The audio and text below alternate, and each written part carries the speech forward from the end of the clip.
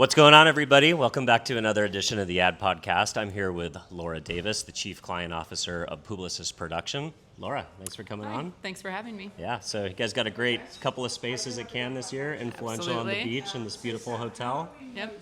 Yeah, with air conditioning, by the way, Exactly. Most important feature of a hotel this week. Yeah, for sure. So, yeah, tell us a little bit about yourself and how's Cannes been for you so far this week? Sure. So I'm Laura Davis. I've been the Chief Client Officer of Publicis Production in the U.S. for about a year now. Nice. Actually, took my job here last year. Wow, so, congrats. It's a little bit of an anniversary I love moment it. for me. And before that, I have been in the agency business for the last 15 years or so, and then before that I worked on the brand side. Okay, so I always on production or? Production different... and in sort of business strategy side as well. Very so cool. I worked at Visa in a more strategic agency management type of role. Amazing. But yeah, I've been in production for a long time now. And bouncing around holdcos mainly? I actually spent 7 years running a small independent. Awesome. So, very fun. So you've seen both agency sides. of the year Let's go. winner, but very small. So yeah, absolutely have seen both sides. I've powdered people's nose. I've done all of the things in the production world. love it. So, I love it. Yeah, it's been a good experience, good way to start in the business. Well, Publicis has been on a bit of a run this year, a lot of pitches. It seems like when a lot of the other holding companies are in a bit of turmoil, a lot of deck chairs being rearranged, Publicis is winning pitches left and right. Be curious, have you got to take part in any of those pitches, been part of them? Yeah, it's interesting. I feel like I said it this morning on LinkedIn too, like production's really having a moment in these pitches. And really sits, I think, at that intersection point of what's going on in commerce, what's going on in social and culture, what's going on from an AI perspective. All of that is about what are we making. Yeah, right. And that making component of the pitches is becoming incredibly critical. So there really hasn't been a pitch that Publicis has done as an organization that hasn't had content included. Involved Wow, content or production at some components. Yeah. Yep. Absolutely. And then I think getting integrated with Influential too, and some other. Publicis was kind of late to acquiring creator economy or influencer companies, but then they made the biggest moves of any holdco. So you saw some of the other ones acquire these kind of smaller niche boutique shops earlier, but then Publicis making these massive investments in companies like Influential and Captivate. How is the creator economy and creator ecosystem and the idea that creators are media, their PR value, but they're most definitely production and content. So be curious how you're leveraging those assets these days.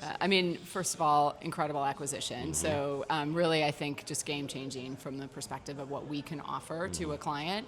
And it allows us to offer everything from this level of influencer down to sort of what we do from a creator perspective, tabletop inside of our own studios. Wow. So I feel like we've got that end-to-end opportunity to really service every bit of what you want in a creator type of environment. And we're also doing a lot from a production standpoint that is creator-led, but maybe less traditional. So Interesting. The kinds of things that either are there to feed the LLM, more expert content, more authoritative content types of things, but also just budgets are really challenged. So in some cases, it's more about the way that the work is getting made being more important. That's not fair. More important's not fair, but being as important as what the work is. Yeah, so we're the really production thinking elements and essentially how the sausage is made is as important as what the end product looks like. In many ways, it is. Does that come down to budgetary constraints, channel versioning? Is it a lot of different components that make that an important part of it, or what's the key timelines maybe? That's a big one is being able to move at the speed of culture now. It's the days of finding a trend and then having a 6-week production schedule are kind of not. If you've got 6 hours, I think you should feel lucky, to be honest wild. with you. Yeah. And I think the short answer to that is yes. It's all of those things. For us, we try and look at it as timelines being not a constraint, but really being an opportunity. How do we turn that into an opportunity to do something that's the right level of altitude and fidelity for the work. Are you pitching clients in real time? Are you seeing something, then going to a client and saying, hey, we've identified this opportunity, we think it's awesome. Here's the idea. We need an answer like now, basically. I mean, and then we'll honestly, be after that's it. more so coming out of The social coming out of the side and social stuff. side Okay, of the got business it, than yeah. it is out of the production side of the Sure. business. But we are the recipient of that Yeah. brief. So once so that a once lot of that times is we sold are the through ones through who are the then accounts team, then you guys are doing the execution. exactly Got it. exactly. Got it. Very cool. So what's on your dance card for Cannes this week? Any thought leadership? So I'm at LBB Cool. tomorrow Let's on go. a panel about women in production. So Amazing. that'll be a really fun one. Yep. I think it'll be an interesting conversation. It's indie and holdco Fun. folks on the stage. So if you want to come and see that, Yeah. it's Anything going to you be an want to amazing tease one. on what some topics or ideas, or are you going to just let it rip? I think my main point is I think there's lots of room in the ecosystem for all production. I think right now, like I said, production having a moment.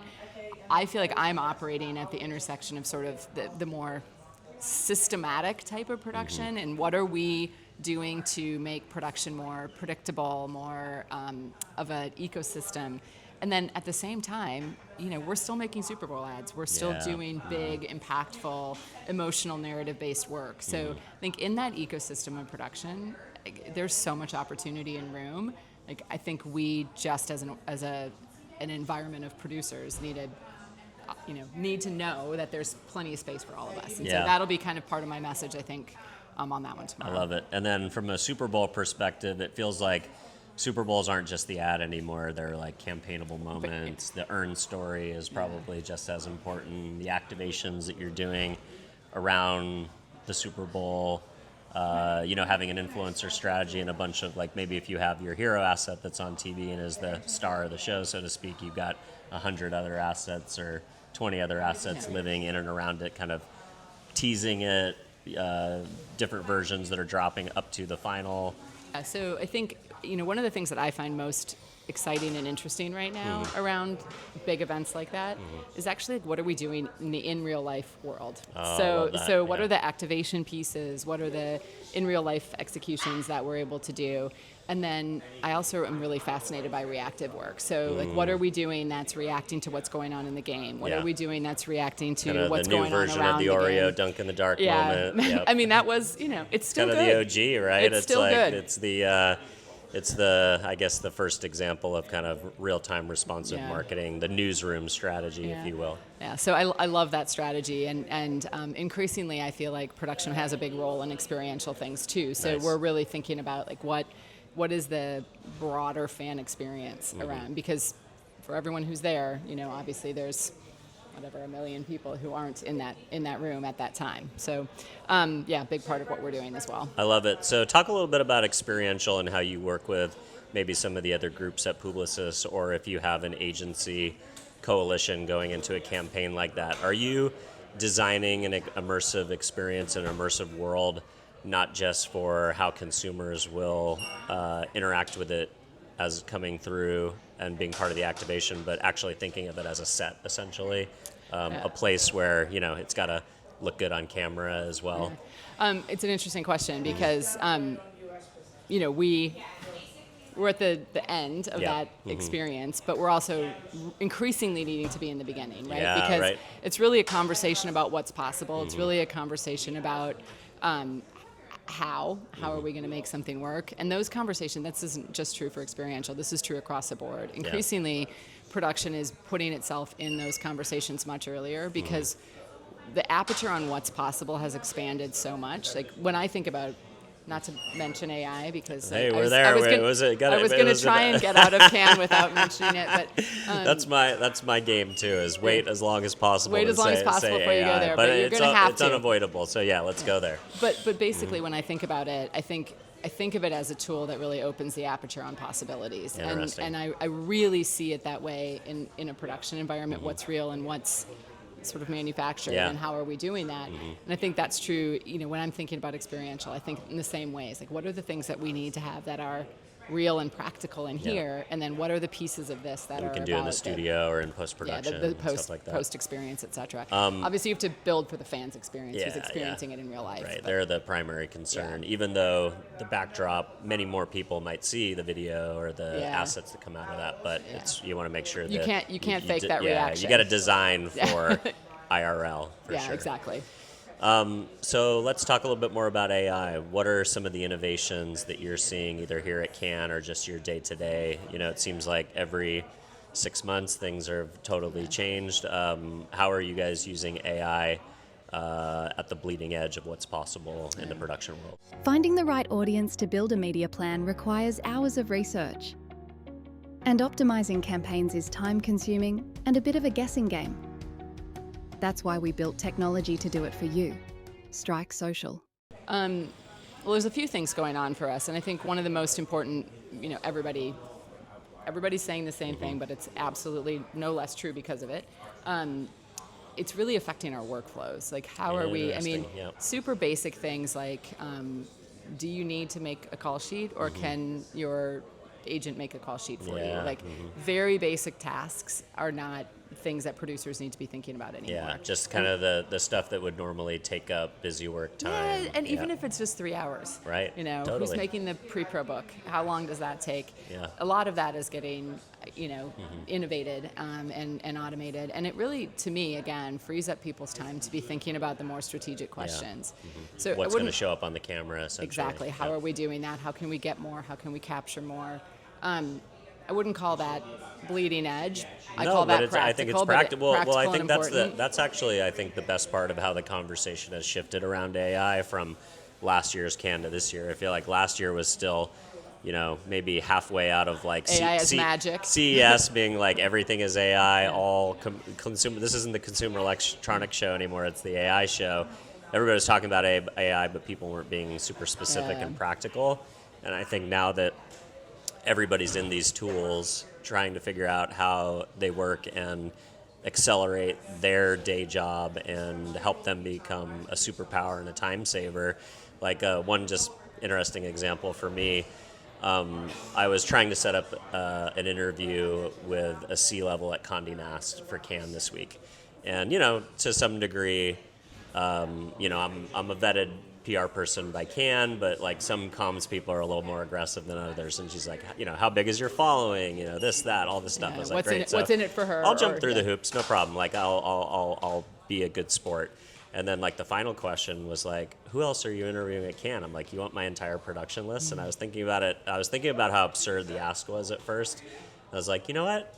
I could do this in 3 seconds. I went to Gemini. Exactly. I said, Gemini, or the prompt, I said, who am I interviewing at Cannes this week? And it basically gave me an entire list of everybody. And I said, all right, reorganize it, name, title, company, the whole thing. And I sent it to her.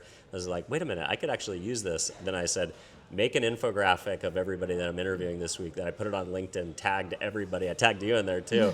Tagged everybody who I was interviewing and had like kind of like a, here's what's happening on the ad podcast at Cannes this week.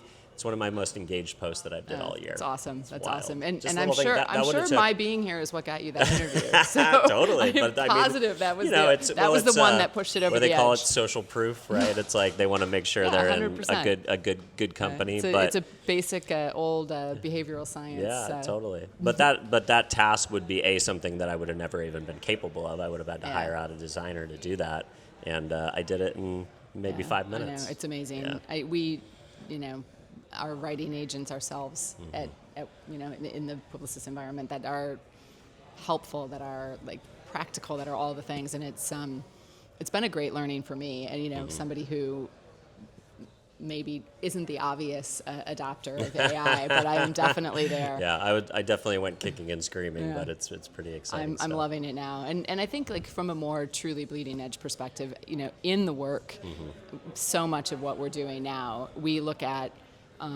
that spectrum of like what needs to be practical, what has a mixed, a more hybrid capability, and what are we doing straight in AI, and it's a consideration in everything that we're making and shooting, and it's all in service of how are we putting the best work on the screen. Yeah, like a lot of people were afraid, like, oh, these are going to put production people out of work. But what I find is it's just letting people that have smaller budgets do more. It's not like there's less work to do. It's actually we're just doing better work.